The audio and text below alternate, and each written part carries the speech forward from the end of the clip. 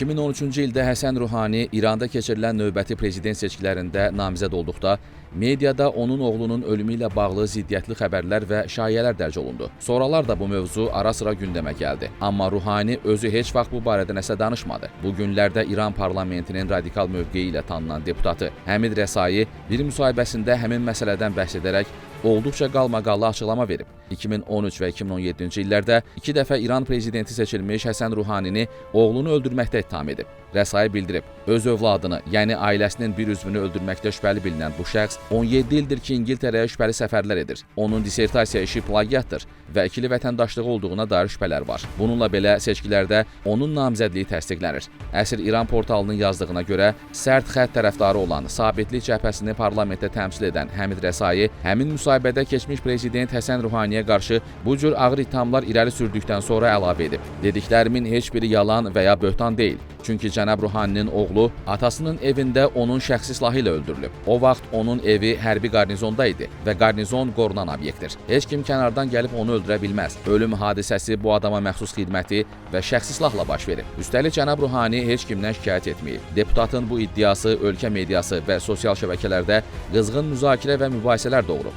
Eyni zamanda bir çox ictimai simalar, o cümlədən vaxtilə Həsən Ruhaninin müşaviri olmuş Hüsaməddin Aşina və islahatçı siyasi fəal Əhməd Zeydabadi Rəsaiyə kinayəli cavablar veriblər. Həsən Ruhani özü isə məsələyə münasibət bildirməyib və həmişə olduğu kimi susub. Bu bir həqiqətdir ki, Həsən Ruhaninin 2 oğlundan biri Məhəmməd Fereydun 1996-cı ildə 20 yaşındaykən sirli bir şəkildə ölüb. Amma hər halda bu faciəli hadisə barədə bəzi İran rəsmiləri müəyyən məlumatlar verib. Tanınmış diplomat, Qərblə nüvə danışıqları qrupunun üzvü və Həsən Ruhaninin yaxın dostu Seyid Hüseyn Musəviyan vaxtilə Time jurnalına verdiyi müsahibədə bu barədə müəyyən təfərrüatları açıqlayıb. Onun sözlərinə görə Ruhaninin böyük oğlu Məhəmməd atasının Tehranın cənubundakı hərbi bazada yerləşən şəxsi evində qətlə yetirilib. Musəviyanın dediklərindən aydın olur ki, Ruhani ailəsi Məhəmmədin ölümünü siyasi qətl sayıb və Həsən Ruhani illərlə bu hadisəni araşdırıb. Lakin sonda bu işi dayandırmaq və susmaq qərarına gəlib. Bu mövzuda ən vacib sənədlərdən biri İranın eks-prezidenti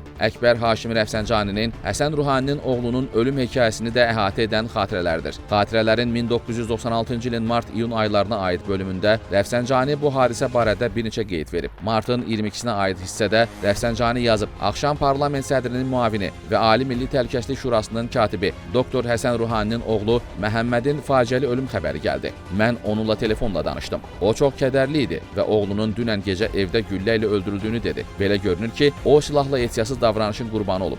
Amma başqa ehtimallar da var. Onlar araşdırılır. 10 gün sonra Haşimi xatirələrində yenidən həmin hadisədən söz açıb. Oğlunun ölümü ilə bağlı başsağlığı vermək üçün Doktor Həsən Ruhaninin evinə getdik. Onlar çox kədərlidirlər. Övladlarını şübhəli şəraitdə itiriblər və istintaq hələ heç nəyi müəyyən etməyib. Nə qatil, nə də qətlin səbəbi məlum deyil. Güllə sağ gicgahdan girib digər tərəfdən çıxıb. O evdə tək olub. Qardaşı gecə yarısı gələndə hələ sağ imiş, lakin təcili yardım gələnə qədər keçinib. Sonrakı dövrə aid xatirələrində Rəfsəncaninin yazdıqlarından aydın olur ki, hadisə ilə bağlı 3 ehtimal olub. İntihar, silahla ehtiyatsız davranma və naməlum qatilin olması. 9 iyun 1996-cı ildə Rəfsəncaniyə hadisənin istintaqı barədə rəsmi məlumat verilib. İran ordusunun Təhlükəsizlik və Kəşfiyyat Təşkilatının rəisi General Mustafa Turabi ona hadisənin intihar olduğunu düşündüklərini bildirib, amma onu da vurğulayıb ki, Həsən Ruhani özü İran ordusunun Təhlükəsizlik və Kəşfiyyat Təşkilatından şübhələnir. 2013-cü ildə Ruhani ilk dəfə prezidentliyə namizəd olarkən bu mövzularda yazılar və söz-söhbətlərdə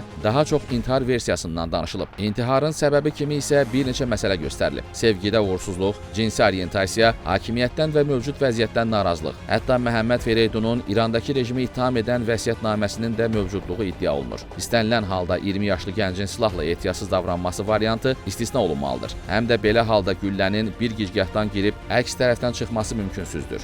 Başqa bir versiyada olub. Bildirilib ki, Ruhaninin oğlu hakimiyyətin müxalifləri ilə əlaqədə olub və onlara məlumatlar ötürüb. Bu yüzdən təhlükəsizlik qüvvələri tərəfindən aradan götürülüb. Hadisənin İranda məşhur silsilə qətllər dövrünə təsadüf etməsi bu versiyanı gücləndirir. Ruhani ailəsinin hadisəni siyasi qətl sayması da bununla əlaqədar ola bilər. Lakin elə o dövrdə oğlunun qətlində Həsən Ruhaninin özünü ittiham edənlər də olub. Belə ki, vaxtilə Mahmud Əhmədinecatın tərəfdarlarından olan tanınmış filosof Əkbər Cabbari 2013-cü ildə demişdi ki, Həsən Ruhaninin əli oğlunun qanına bulaşıb. 2017-ci ildə, yəni Həsən Ruhaninin ikinci dəfə prezident seçkilərinə qatıldığı dövrdə Sepaha bağlı Təsnim İnformasiya Agentliyi onun oğlunun ölümü ilə bağlı bir yazı dərc edib. Yazının başlığı özlüyündə çox şey deyir. Əgər Ruhaninin oğlunun onun evində qətlə yetirilməsi hadisəsinin təfərrüatı aşkara çıxsaydı, indi o harda olardı? Yazıda Ruhaninin silahı ilə öldürülmüş oğlunun qətli və onun qatili barədə mühüm sualların açıq qaldığı vurğulanıb və seçki öncəsi debatlarda Ruhaninin digər namizədlərə qarşı davranışı tənqid olunaraq yazılıb.